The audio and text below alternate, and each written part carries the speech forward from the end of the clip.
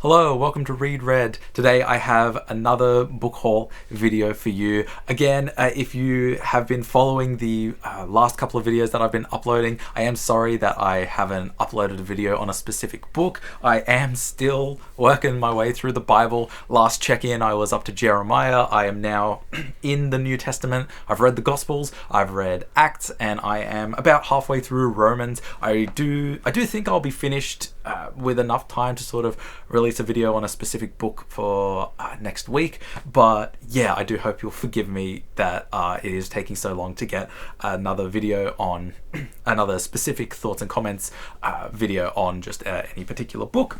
But hopefully you also enjoy this magnificent haul that I got, because some of you might know, or you might be able to tell from my accent, that I live in Australia, specifically Sydney, and one of the big universities in Sydney is the University of Sydney, or USYD, and every year they have a big book fair, of which for the first time I attended, and I bought a lot of books. They have a lot of categories, of course, books on like all topics and themes that you could imagine finding in a library, but the really big thing is that they have kind of 7 or 8 tables at the back that are pretty much dedicated to just literature.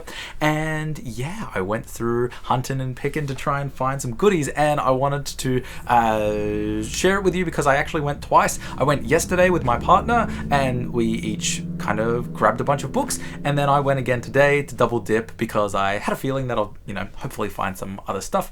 And yeah, all in all, bought quite a lot of books. I am going to show you the books. I'm going to show them to you in a bit of a weird order. I'm going to show you one box from the first day, the box from the second day, and then another box from the first day. But it's because the last box that I'm going to show you is actually all of the hardcovers, and that's where I feel like I saved the most amount of money. I feel like that's where a lot of the really kind of great finds are, and it was why I was glad I did go on the first day, because obviously, by the time you go to the second day, a lot of the really great books have been found.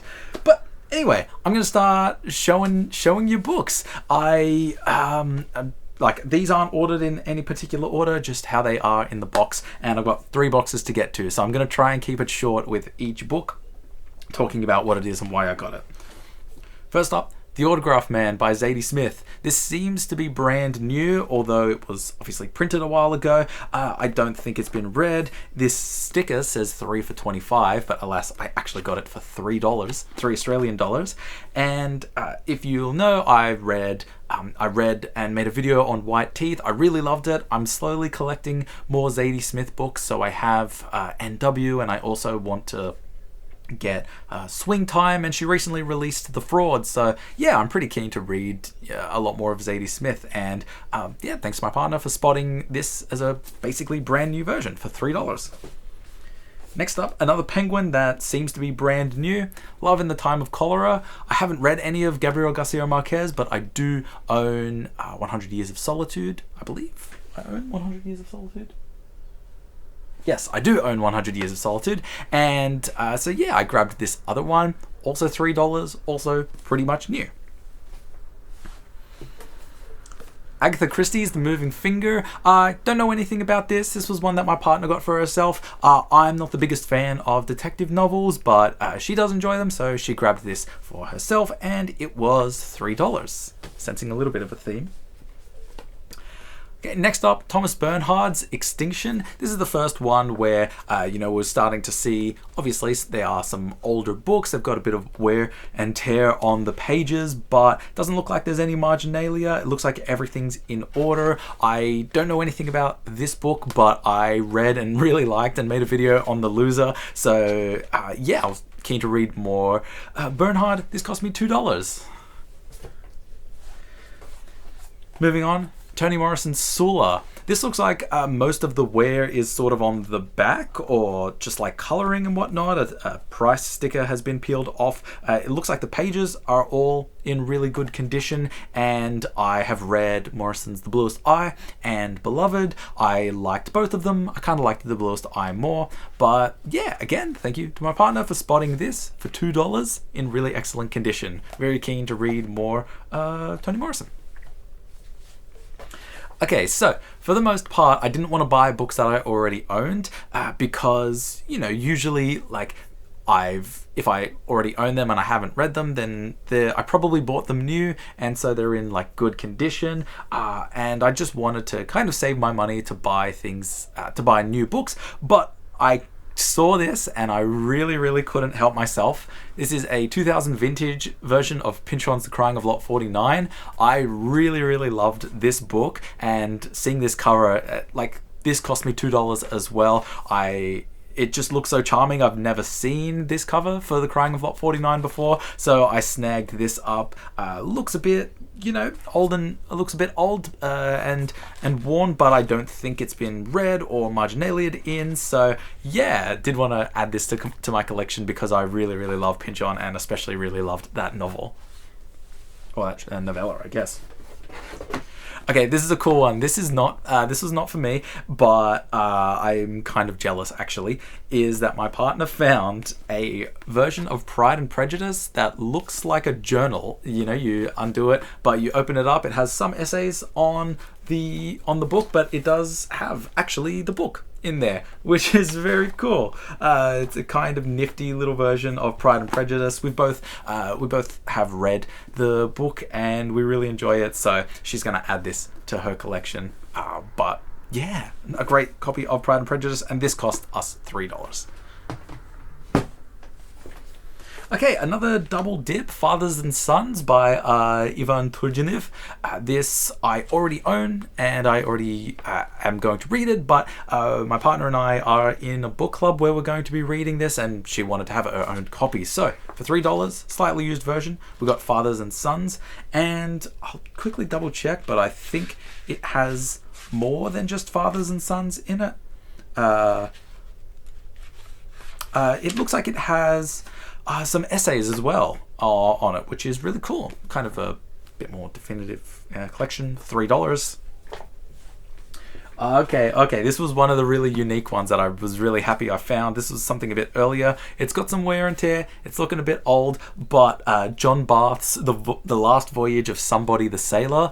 I've been slowly accumulating John Barth books. I think the only book of his that I bought new was Lost in the Funhouse, which I have read and have made a video on, but now I own The Floating Opera and The End of the Road, I own The Sotweed Factor, and I now own The Last Voyage of Somebody the Sailor. I'm just slowly picking up more and more John Barth books. I'm really keen, probably most of all, to read The Sotweed Factor, but yeah, bit used, bit worn and torn, but all pages are intact, and this cost me $3.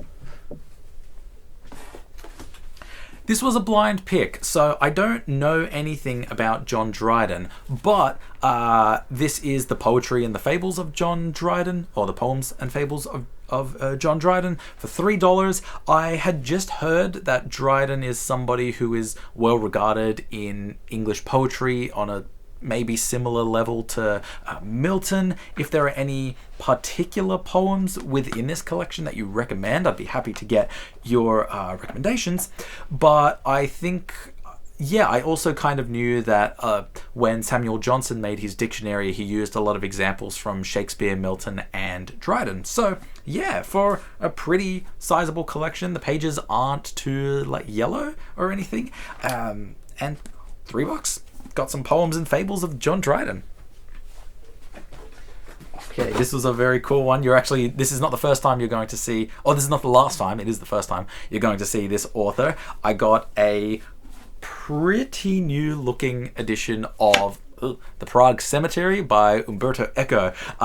There were quite a lot of Eco books that were there. I think I saw 2 or 3 hardcovers of Foucault's Pendulum, but I do already own the book, so I didn't want to buy it. I don't own Prague Cemetery, and I saw a couple of versions of it, but this one has you know, pictures in it, so may as well treat myself to that. And this cost me $4 for Umberto Eco's The Prague Cemetery.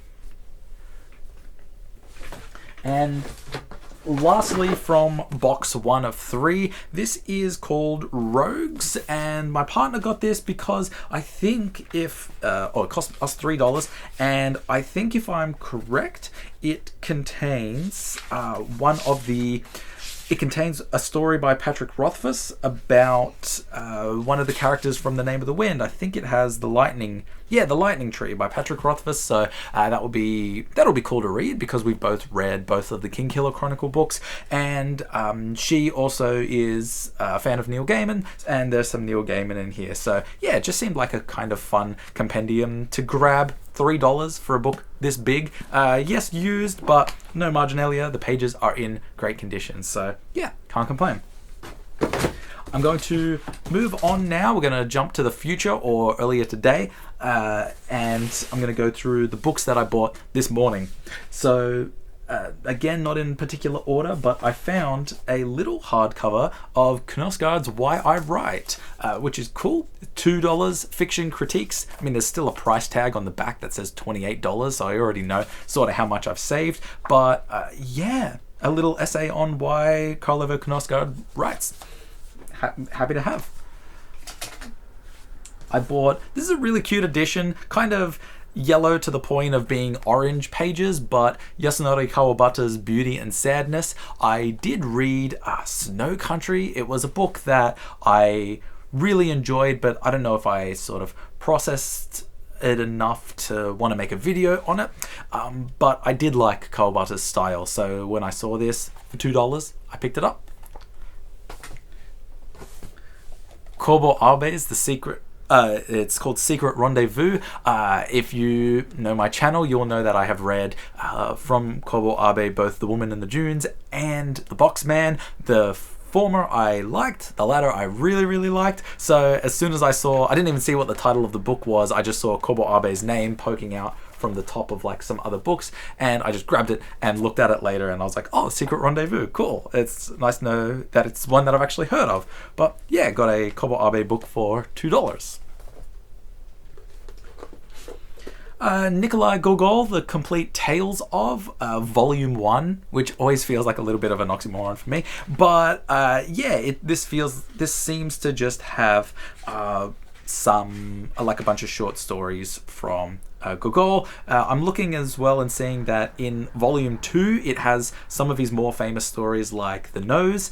But yeah, this one has like just some Gogol, and I don't have any, and this cost $2, so I was like, all right, yeah, I'll get it. Looks like it's in good condition. Pages are still white, so yeah. Returning back, Toni Morrison is making another appearance, Song of Solomon. This cost me $2. It does look a little bit worn. It looks like it's got some coffee stains on it, but you know, I think Howard Bloom said that this was his favorite Toni Morrison. I've already said in this video that I've read Toni Morrison and I'm keen to read more. And I also really is this the book that one of the main characters' name is Pilate, because they were named after Pontius Pilate? Which, yeah, just sort of, it'll be funny again, like reading the Bible, going back and checking out some of these books. I've got a No Fear Shakespeare of Much Ado About Nothing. I don't read the No Fear sides, but I, just wanted a Much Ado About Nothing on its own. This cost $2, so yeah. Just added everyone knows No Fear Shakespeare, so don't really need to elaborate on that. I'll just say that it is in good condition and can't complain. Grab a couple of them out. I got in what looks pretty dang brand new, Burmese Days by George Orwell. I've only read 1984 and Animal Farm. I don't know anything else really about him. If anything, it maybe would have been cool to find some of his non-fiction and some of his essays, but yeah, can't complain for $3 for an essentially brand new Burmese Days. I got Ian Forster's A Passage to India. Ian Forster is somebody, I got this for $3, but Ian Forster is someone who I really think I kind of can't be bothered reading. I know I own A Room with a View and Where Angels Fear to Tread, but like there's just, it's almost like there's this negative force like pulling me away from E.M. Forster that I just can't bring myself to decide that I want to be interested in his work.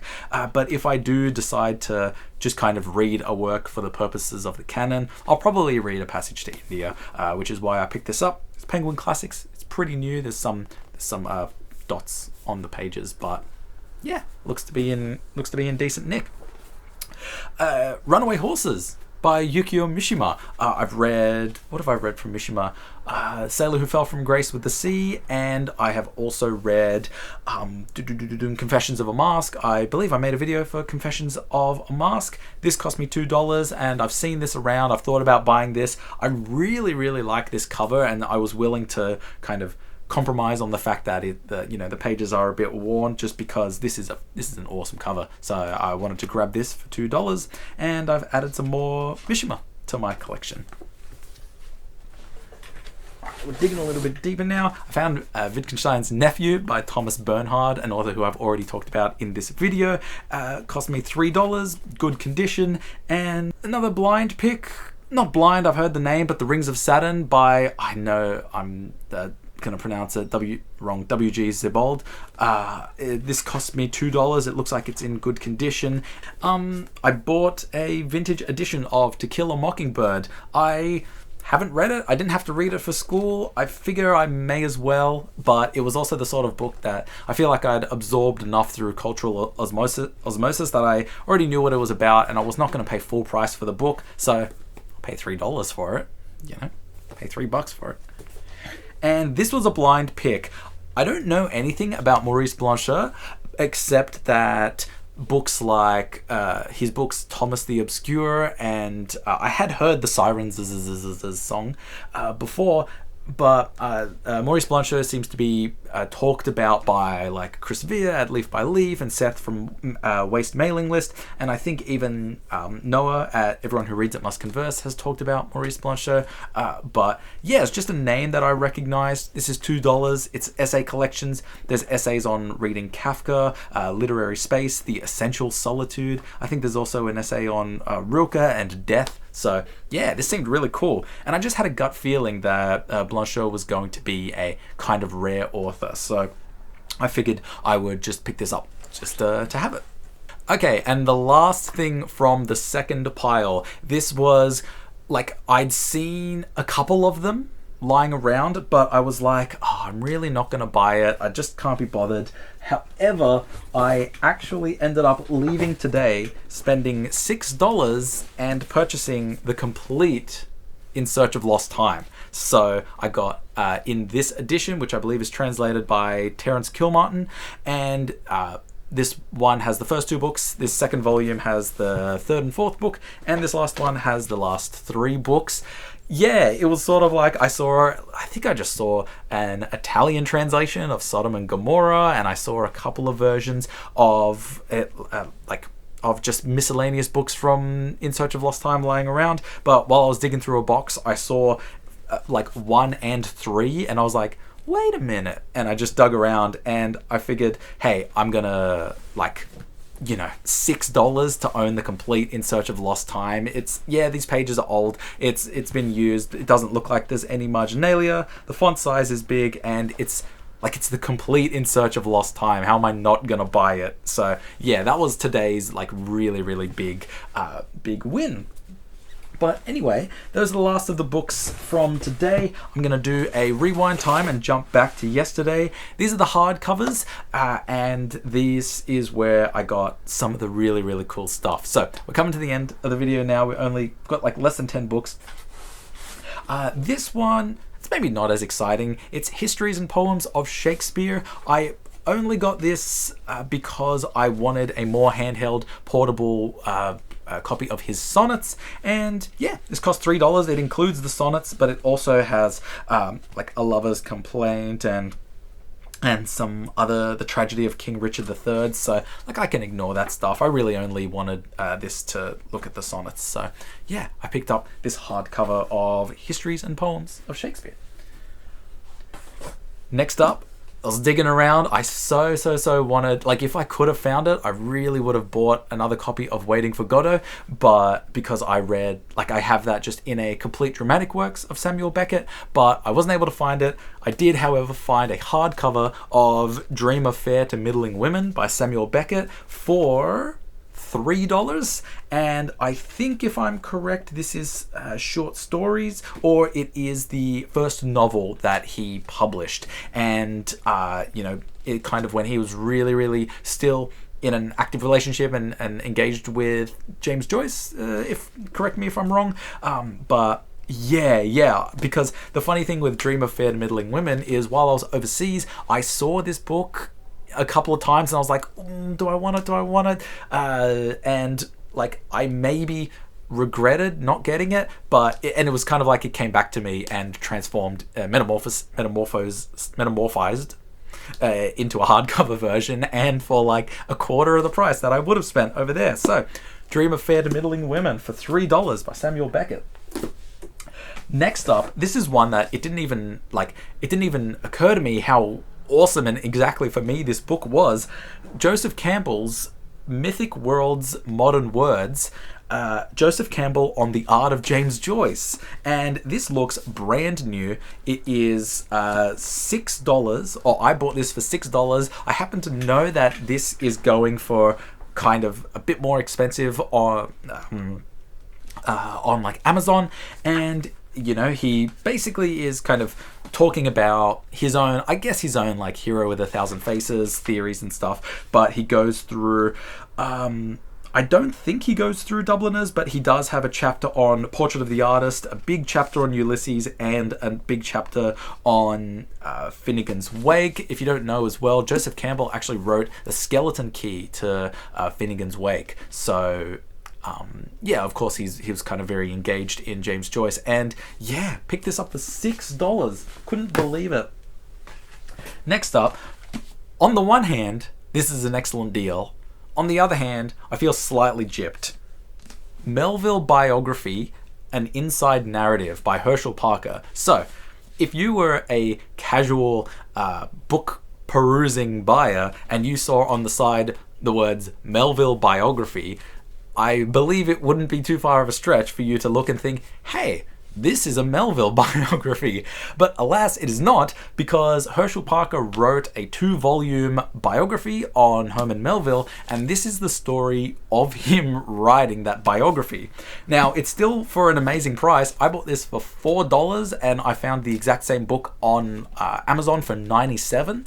And also, from chapter 3, it does still have a biography. I think it has like a TLDR biography of Herman Melville, but basically the first 200 pages are what it's like writing a biography on Herman Melville, and I'm sure that's like interesting, but like I was willing to take the step to get into the Melville biography, not into the step of like the biography of the Melville biography. That was a bit, I'm not quite there yet, but I'm glad that I got this anyway in essentially new condition, and for how much did I say? For $4, saved over $90 on that. But was it saved? Because would I have bought that specific book? Anyway, this one I have a funny story for. It's the books of the books of Earthsea, which really this just straight up says the of books Earthsea. Just notice that. By Ursula K. Le Guin, illustrated by Charles Vess. This is what I love. This is. So this has got quite a lot of the Earthsea books, and when I picked it up and I saw it, it said $15, and I was like, oh, that's pretty expensive compared to everything else that we've bought and everything else that is here, but like, kind of goes for $45-50 brand new, and this doesn't look used really. So I thought, hey, can't complain. When I go up to the counter to buy it, because they had a system where they would just like tally up every single book, they'd give you a little paper slip saying how much you had to pay, and you'd go straight to the cash register just so that you could sort of speed run like that process. She opened it up, this absolute mad lad working at the fair, she looked at it and she was like, oh, $15, that seems pretty expensive. And I was like, oh yeah, And she was like, are you happy with that price? And I was like, I was like, I mean, yeah, it's like, it's, you know, it's like I think it's like a trilogy or something, I think I said. And she was like, let's make that a nice round number. And she just scribbles out and writes 0 over it. So it's 10. I paid $10 for this as opposed to 15. Shout out to the absolute legend that was working at the USYD fair yesterday. Thank you so much for giving me an amazing deal on that Ursula K. Le Guin collection. Next up, we've got a slightly yellow paged, but otherwise in good nick, copy of Umberto Eco's The Island of the Day Before in hardcover. It still has the laminate, like the laminate over it, over the dust jacket. This cost me $3, and it has a little name tag from someone. I'm not going to show their name, of course, but they were in the Sydney Symphony Orchestra for the Europe tour of 2018. Congrats, you know, glad you're doing great. $3 for a hardcover of an Echo book. And speaking of hardcovers of Echo books, this was definitely like the reason that I postponed the hardcovers until the very end. I picked up Umberto Eco's On Ugliness hardcover. Just to give you context, I looked this up. I found this exact book used on Amazon for 153 Australian dollars. And I bought this for $8. So this was like the bargain to end all bargains. I had sort of, like, I'd seen this book around. I'd seen this and On Beauty. I was kind of really hoping I also found On Beauty, but yeah, just like an incredible price. And he just goes through, it looks like just a big documentation of a whole bunch of instances of ugliness in art, in kind of Western art, I suppose. But yeah, this was like the biggest deal. Like really can't believe how much this would have cost if I bought this not at this book fair. And yeah, that's it. Thank you so much for watching. So I believe all in all, I spent about $100 on all of those books. And yeah, so that's like, what, maybe, I mean, if you consider the fact that I got the complete Proust, like just those 3 books would be like half a year's worth of reading. But yeah, the amount of books that I got, and I think in really good condition. This was like such a successful haul. I was super happy for it. I'm definitely going to go back next year. I hope you enjoyed seeing some of these, I think, rare finds, and definitely for great prices. And thanks for watching. I'll see you in the next video, which I do really hope is going to be actually a review on a book. But yeah, I'll see you in that video.